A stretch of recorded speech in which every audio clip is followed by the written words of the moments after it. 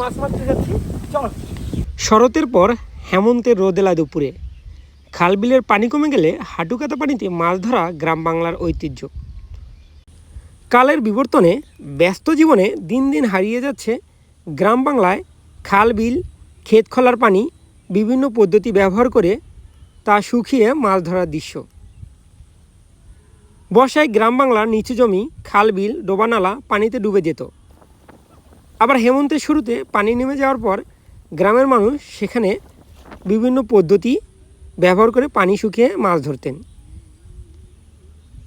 সেই সময় মাছ ধরার দৃশ্য এখন আর সচরাচর চোখে পড়ে না।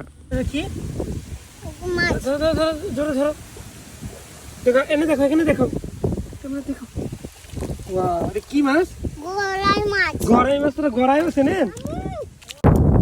আমরা এখন যেখানে মাছ ধরতে এসেছি সেটা হচ্ছে আমাদের গ্রামে বড়দৌ নামে পরিচিত। আমাদের যে পাথার বিশাল যে ধান ক্ষেত, এই ধান ক্ষেতের এখানেই বড়দৌ নামে এই স্থানটাকে বলা হয় বড়দৌ। এখানে একটা বিশাল একটা বড় বট গাছ আছে। তো এখানে আমার ছোট মামার ছোট একটা জমি আছে, জমিতে উনি হচ্ছে মাছ ধরার জন্য ছোট একটা খাল খুলে রেখেছে। আর পাশে একটা জমি আছে ছোট, এই জমিতেও মাছ পাওয়া যায়। তো কয়েকদিন পর পরই এই খালে মামারা মাছ মারতে আসে। তো আমি যেহেতু এখন গ্রামে থাকি, আমারও মাছ মারতে খুবই ভালো লাগে। তো মামা আসার সময় বলতেছিল যে, মামিও বলতেছিল যে চলো মাছ মারতে যাই। পরে মামিরা আগে গিয়ে ওখানে মাছ মারা শুরু করে দিয়েছে। পরে আমি যাই, যাওয়ার পর দেখে আমারও ভীষণ ভালো লাগে। মাছ মারাটা কিন্তু একটা শখ, একটা আনন্দের। হ্যাঁ, যারা একবার মাছ মেরেছে ভালো লাগে। মাছ মারাটা তো কত আনন্দের। আর তাছাড়া আমরা বাজারে যে সকল মাছগুলো খাই, সেই মাছগুলো হচ্ছে এই মাছগুলো কিন্তু খুবই সুস্বাদু হয়। এখানে বিভিন্ন ধরনের ছোট বড় মাছ পাওয়া যায়।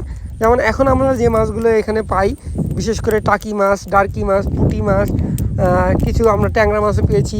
তারপর হচ্ছে পুঁয়ে মাছ, গচি মাছ, হ্যাঁ, তারপর গড়াই মাছ, চ্যাং মাছ। গড়াই মাছ বলতে আমাদের রংপুরের ভাষায় এটাকে গড়াই বলে, কিন্তু হচ্ছে এটা অরিজিনাল নাম হচ্ছে টাকি মাছ।